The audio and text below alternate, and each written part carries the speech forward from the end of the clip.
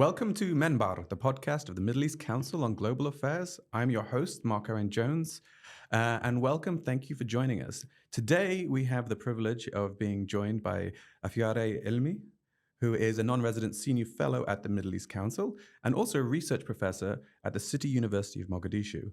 And today, we're going to be discussing his latest policy note, which is engaging Al-Shabab in Somalia, military failures and the merits of dialogue. Afyare, great to see you and great to have you on the podcast finally. Thank you. Yeah.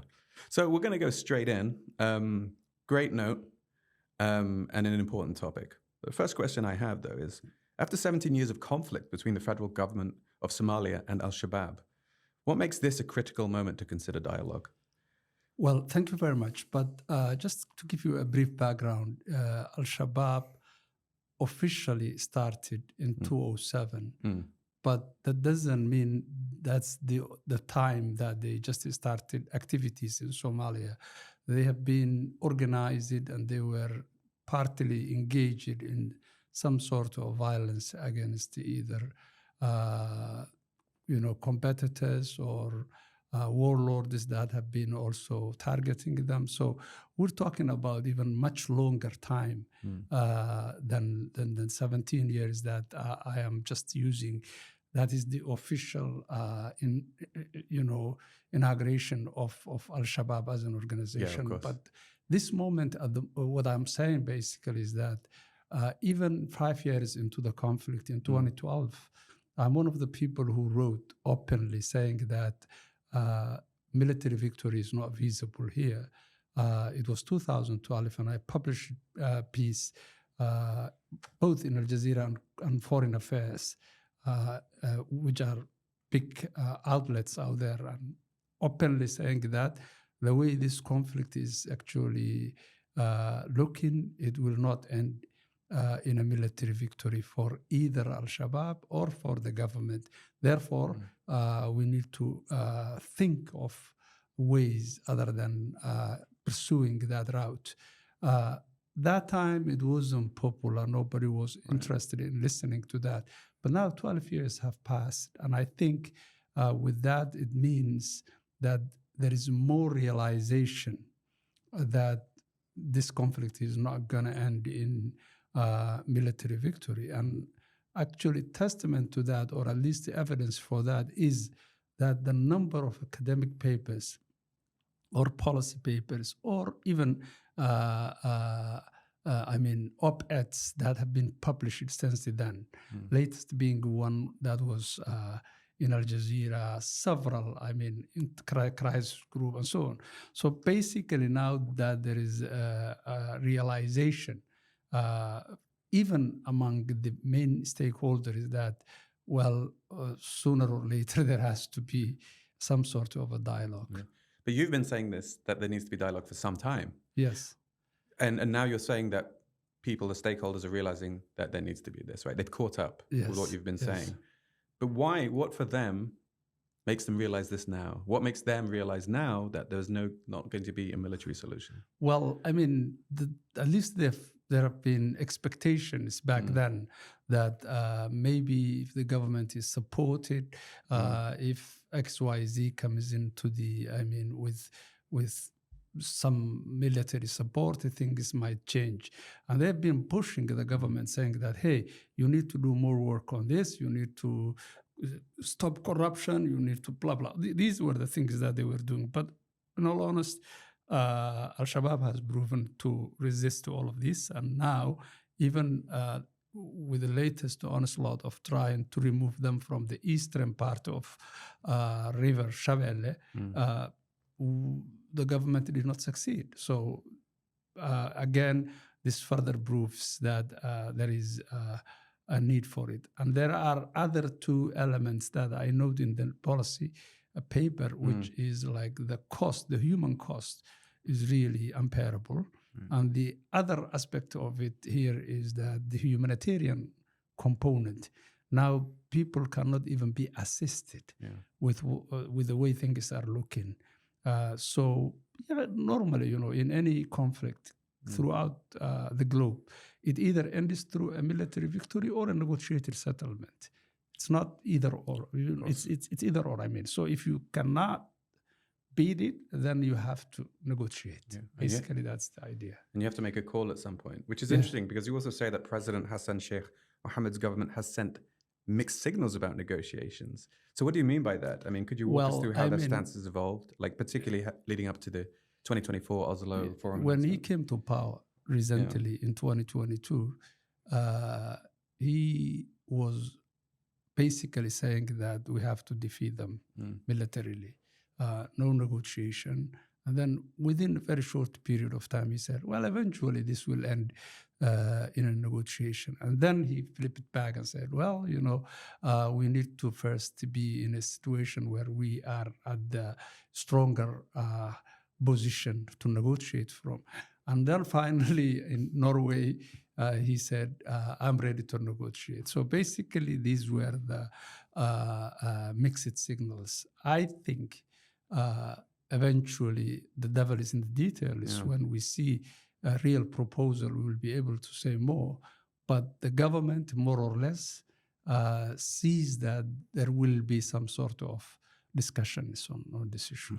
So his position has shifted quite quickly over 2 years. Quite quickly. And the latest one is for the dialogue. Okay. So, all right. Yeah. So you mentioned ripeness theory, which I think you've touched on by being ready. But can you explain what you mean by ripeness theory in the context of Somalia? Well, Bill Serdman is the person who came up with this, or often attributed to it.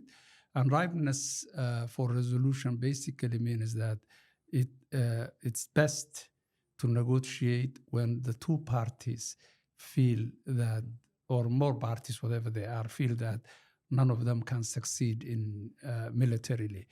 And there is another actually jargon concept there, which says— I love jargon, bring it on. MHS, mutually hurting stalemate, where basically each reaches a level of stalemate that it's really hurting them. So I think, and this is my assessment, is that we are at that stage. And do you think Al-Shabab are also ready? I think they have been also hurt. Right. And they see that the writing is on the wall, that they cannot take Somalia completely and then run it the way they want. Even if they defeat Somali actors, there are, governments that are close to us, Ethiopia, Kenya, others who are now willing, Americans, so many actors that are out there not to allow Al-Shabab rule. So they need to realize that as well.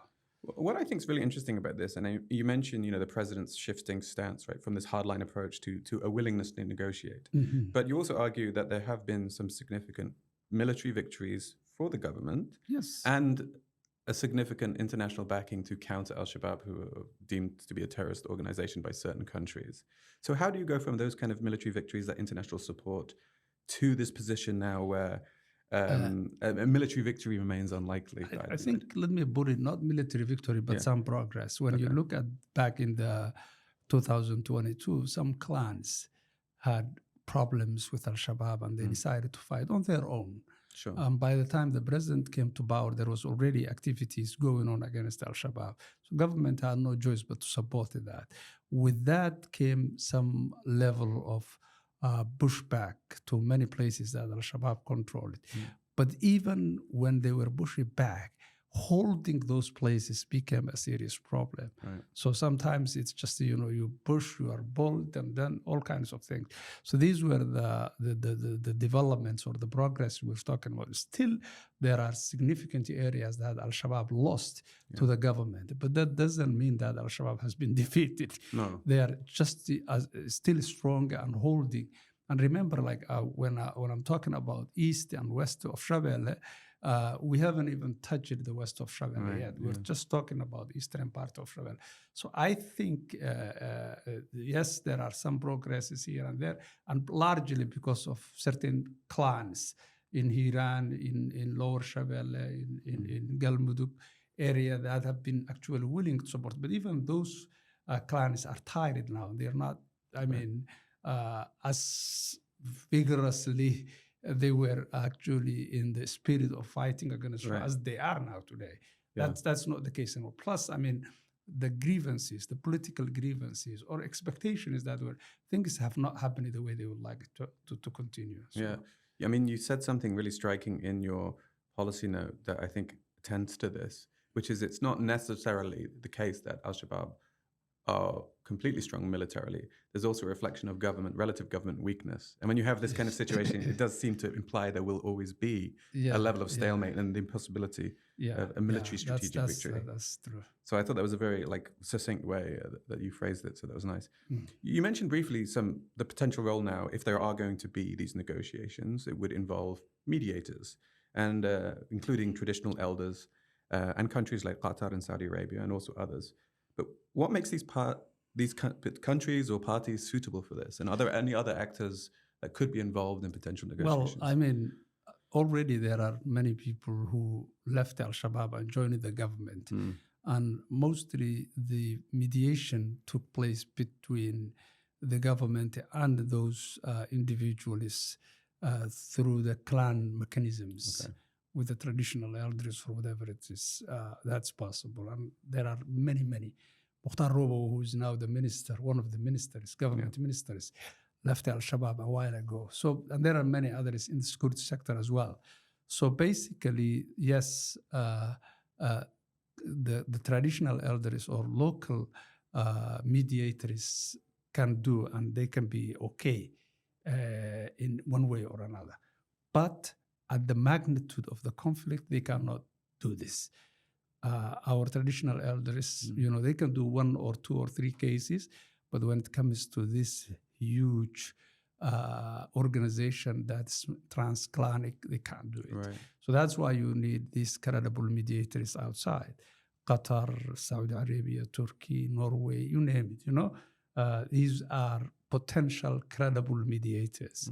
Right. Some have credentials like Qatar through Taliban, American, and all kinds of things. So this is the presence. And by the way, there has been interest on the Qatari side as well in the past, at least, even though it never picked it up. Okay. So yes, the presence is out there. I think we can take advantage of it.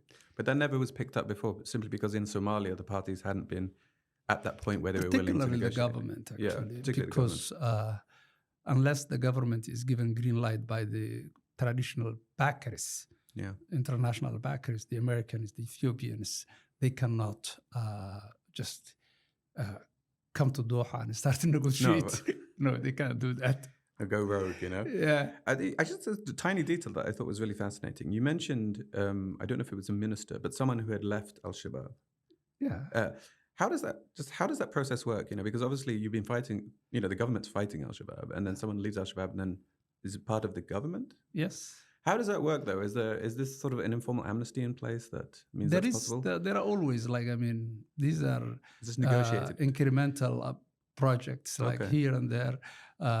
Even Mukhtar has been in the list of the Americans, and he has been dropped from there as well. Interesting. So there has been negotiations going on, apparently. And he's one of the ministers now who are working. That implies also a level of not necessarily informal, but sort of as you said, an ongoing negotiation beyond these more formal potential negotiations. So that's really interesting about the context, because I think people might not understand who are listening to this. They're very unfamiliar. But not only, by the way, the minister, there are many right. In the different aspects of the Somali life, in the security sector, in the education sector, in many other, who left the Al-Shabaab, who quit the politics of violence, and now they're part of society. Okay, very interesting. Yeah. But I mean, there's all sorts of obstacles, or potential obstacles or things that help. But what about the Ethiopian-Somaliland Memorandum of Understanding of 2024? Does this complicate the prospects for dialogue with Al-Shabaab? I think before that, I talk about external influences or external factors. Yeah. One factor is that now the government got the weapons sanctions removed. And also the government has debt relief. They can borrow money and this and that. This might give the hope that maybe this is a time for another military or let me pursue one more time. Right. Maybe we can just buy some drones here and one there. More campaign. Exactly. So that can give the hope there. Right. The other external influence that can happen, at least in favor of Al-Shabab, is what happened through Taliban. So Taliban took over the power all of a sudden. Now they control Afghanistan. Some Al-Shabaab sympathizers and Al-Shabaab leaders are apparently thinking of it's possible here as well. So us, we're just fighting against the backers, the Ethiopians, the international. Once they are out of it, Somalis cannot fight against us. So that hope as well. So I'm saying like, okay, these two, additions might complicate things. Yeah. With that is when the Ethiopia-Somaliland MOU comes in. And this actually would give at least support to Al-Shabaab. Right. The way it does is simply, I'll just take you back. In 2007, when the Ethiopians invaded Somalia, Al-Shabaab was a tiny organization, very, very small. But that has given the opportunity of resistance, of, nationalism, of all kinds of things. And that they were better organized, apparently, compared to other actors that have been fighting against the Ethiopians. They became the biggest by far. Now, if this continues, it will give raison d'etre again by at least playing into the hands of Al-Shabaab and giving them another opportunity. And I don't know if Ethiopia is openly doing it and knowingly, or if it is just, unintended consequence of a decision. I don't know. Yeah. But this is not a good move. Okay. At least if they wanted to defeat Al-Shabaab, this is not a good move. And so, you touch on it with this, but this brings me to my next question, because you talk about, in true policy fashion, the 5 main obstacles in negotiations. And you've sort of touched on external factors, but don't feel free to repeat any of those. But I think it would be really useful for our listeners for you to highlight what are those 5 key obstacles or challenges, and which do you think are the most important or critical in terms of potential obstacles? The first one would be the commitment, leadership commitment. Yeah. For something like this, you need the word of the leaders and also the action of the leaders. And particularly, it will be more difficult on the part of Al-Shabaab, because we don't even know where they are. Accessing them is not easy. So that's one thing. There's no WhatsApp group. I don't know. I doubt very much. So that's one thing. The second, also on the Somali side as well, the government has to also give its commitment and that it wants to negotiate and end this conflict peacefully. That is one key challenge. We don't know whether it will happen, or that, will, and will it happen in the time needed as well. Right. This is very important. The second is I'm not going to repeat the arms embargo. No. International community reluctance. Right. Now, when I meet with the international actors, they call it security supporters of Somalia, or security actors. Right. They usually say, you know what, it's going to end in a negotiation, but this is not the time. Okay? And for them, the government has to be at the level where it can negotiate from the stronger point. So they want a position of strength. So that is one of the reasons that's often given. I have seen I think I've interviewed a lot of the people who are working in this area. There is a much longer paper that I have co-authored that have been published. When you look at it, we're talking about all the structural issues there. So that's a second one. We can do a part 2. Maybe on that one. And then there is this ideological and security concerns. Al-Shabaab is tied to Al-Qaeda officially, so they have to renounce it. And remember, the key demands of the government is renounce the violence, renounce Al-Qaeda, stop killing the people. These are the 3 main demands of the government. And Al-Shabaab is saying, Sharia first, and then second, leave external forces should go home and we need our share of the power. So these are the...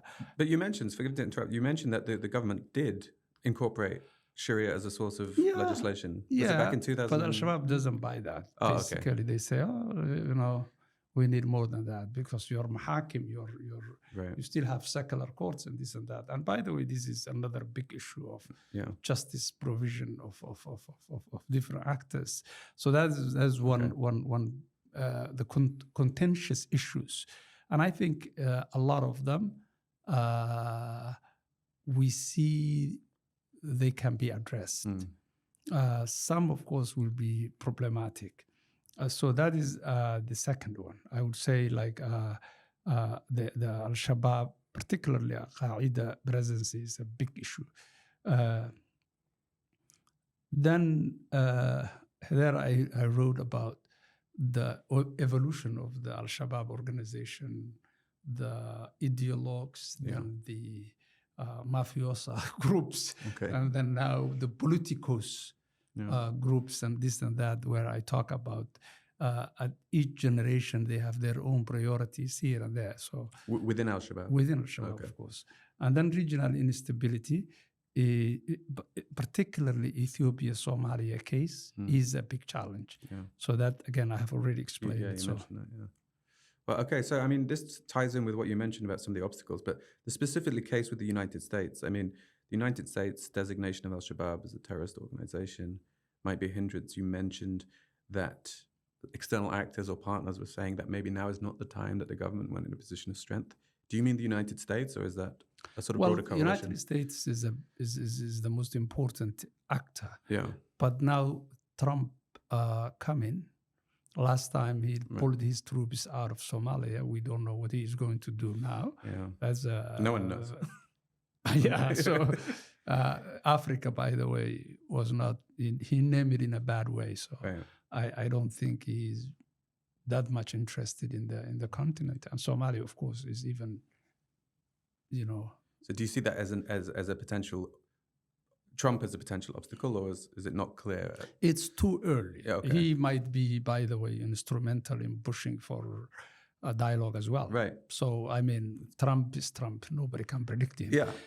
We hope that at least action or inaction of Washington will not complicate things further in Somalia. I hope. Yeah. Well, it's going to be interesting to see over the next few months what actually manifests. But the Americans generally are the key. Right. And Defense Department is the one that has been actually leading the Somalia policy or the Horn of Africa policy and the counterterrorism and all of these things. Right. Department of State, I don't know what will happen. But it's actually a really important question to see. Like you said, it's not just Somalia, but the whole Horn that could see changes. I just want to come to this point. I really liked you made this comparison between Al-Shabab and the Taliban in your article. And you sort of say that a Taliban-style takeover, which has been, sort of a concern for some people, would never happen in Somalia. Could you tell people why you think there's a distinction between those two organizations? I think back in about a few years ago when Taliban took over the power, I was leading the biggest think tank in Somalia. Right. And I've called it to talk to, briefings here and there. And I was always saying, hey, listen, Al-Shabab is different from Taliban. Somalia is different from Afghanistan. The Horn of Africa is different from the region there. So we cannot compare all of these things. Taliban is more nationalist, more, Sufi, whatever, Hanafi aspects of it, compared to Al-Shabaab, which is Salafi, internationalist, blah, blah, blah. Then you compare also Somalia geographically, which is like, open field, mostly, even though there are certain aspects of it, compared to mountainous aspects of Al-Shabaab, Afghanistan. And then you compare the region. You have Ethiopia and Kenya and, who are not, who cannot sleep well when they have Al-Shabaab next door. Right, of course. So there is this And whereas, like, Afghanistan, Taliban was getting the support of Pakistan, of China, of so many other actors who were not happy America succeeding in that part. So that complication doesn't exist here. So that's what we were trying to say. It's very useful to make those comparisons, I think, for people who might understand more about the Taliban and Somalia, and then it makes them understand the situation in strategic and ideological terms, which I thought was very helpful. So thanks for that. I know you've partly addressed this, but the last thing I want to ask is, the dreaded looking ahead. What concrete steps would you recommend for initiating a dialogue process whilst addressing security concerns? I think the concrete steps first is maybe it could start from the credible partners or mediators that are interested to mediate, and then they can talk to both. There are possible, I'm already hearing all kinds of, information here and there, which I cannot verify, that they can talk to, their contacts, whoever they are, about possibly moving to the second stage. But generally, it has to happen. Either the government has to come and talk to a credible partner or credible mediator, or the other way around. But something has to, initiating a dialogue, there is a process for it that I even talk about in the paper. So it can happen in one of many ways, and I'm okay with whichever way that it starts. But first, you need somebody who has at least the ability to communicate with them, to talk, or at least people who are brokers, whatever you call it. Can play a role here. Well, let's hope that happens soon, because it seems that an end to the conflict is something that would be important for everyone. All right. Thank you so much, Afyare. It was great speaking to you. To our listeners, you can find Afyare's policy note on the Middle East Council website. You've been listening to MEnbar, the podcast of the Middle East Council on Global Affairs. Like us wherever you get your podcasts. Thanks for listening to MEnbar, the podcast for the Middle East Council on Global Affairs. Follow us wherever you get your podcasts.